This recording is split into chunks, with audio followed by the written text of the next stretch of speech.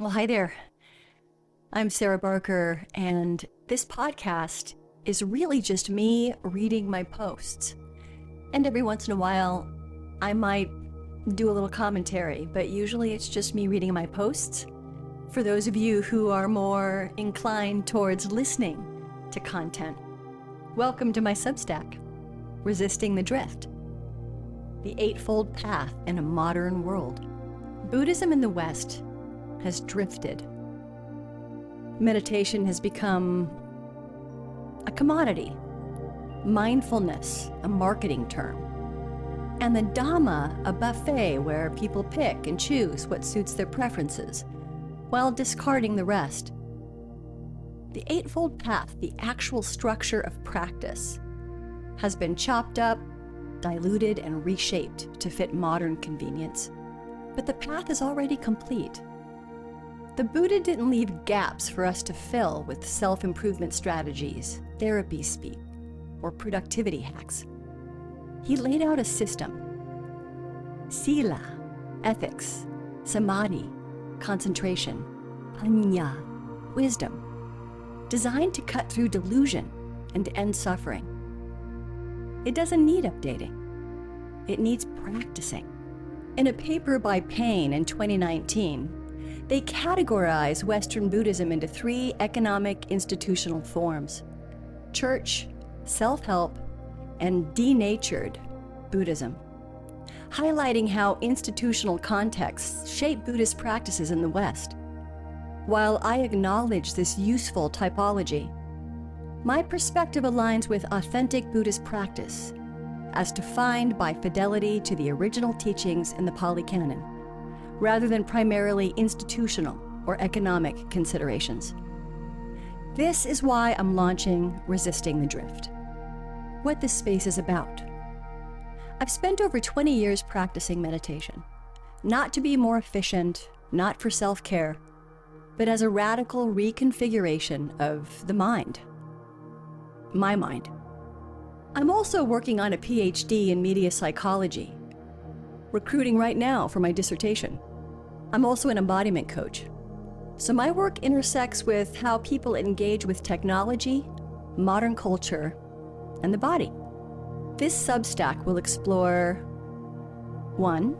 The Eightfold Path in an unstable world, what it actually means to practice beyond the Western self-help model.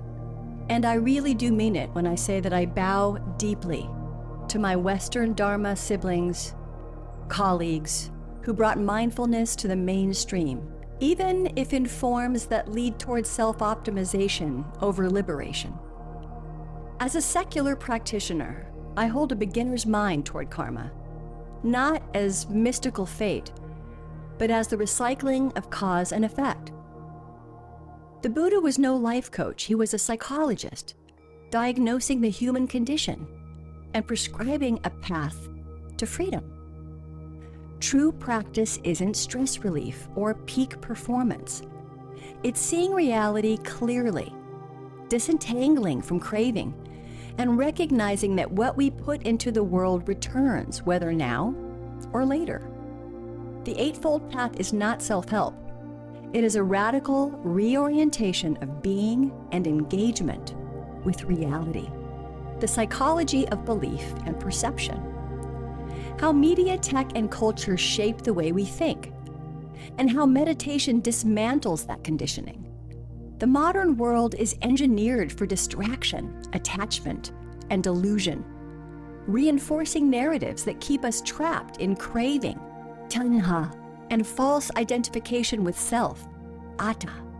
I'll be using current open-source psychology and neuroscience research to examine how these forces condition perception, and more importantly, how right view, samadhi, serves as an antidote.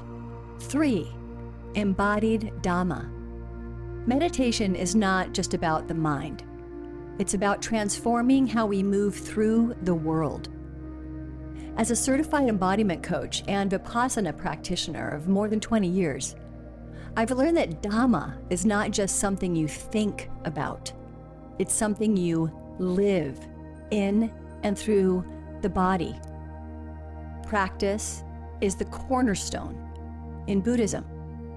Modern mindfulness reduces Buddhism to a mental exercise, stripping it of its full depth. But in the Satipatthana Sutta, the Buddha taught mindfulness as embodied practice, awareness of breath, posture, movement, and sensations.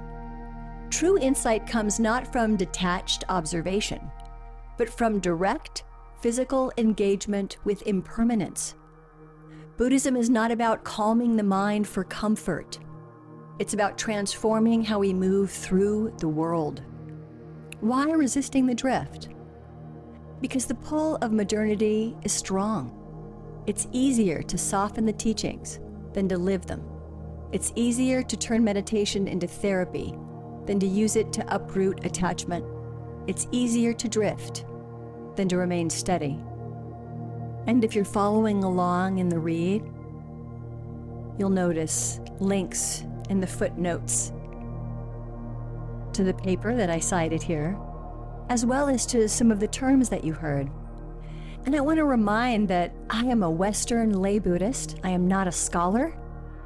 And so I come at this the spirit of beginner's mind, with genuine curiosity, and with the real urgent, rigorous passion, the kind that Buddha actually approved of. So thank you, and I look forward to doing this with you. Be well.